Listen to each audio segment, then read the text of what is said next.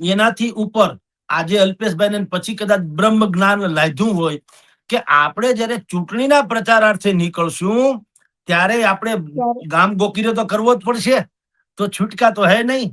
એટલે બધું વાળી પાઘડીનો વળ છેડે આવ્યો અને પછી એને એમ કીધું કે અલ્પેશ ઠાકોરે જ કીધું કે ભાઈ અમારો થોડીક મિસ્ટેક થઈ પણ અમે એમાં સુધારો કરીએ છીએ કે ડીજે નું ગુજરાતી વલ્ગર ગીતો ગાઈને કઢંગા નાચ કરવા તે છે.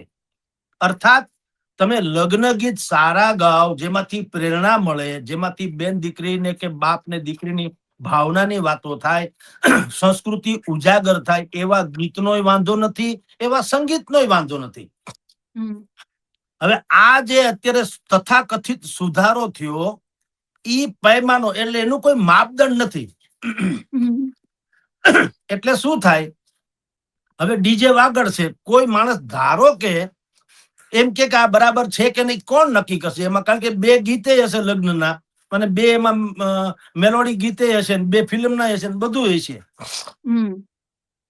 પણ વાત ઈ છે, સમાજે એક બીજી વાત કરી કે ધારો કે મારે ત્યાં, હું ઠાકોર સમાજનો સભ્ય છું અથવા તો ઠાકોર સમાજનો હું છું, મારે ત્યાં લગ્ન છે, મારે ડીજે નહીં વગાડવાનું, ઓકે.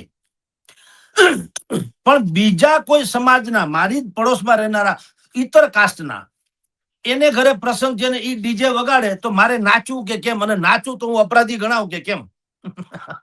એ ડખો.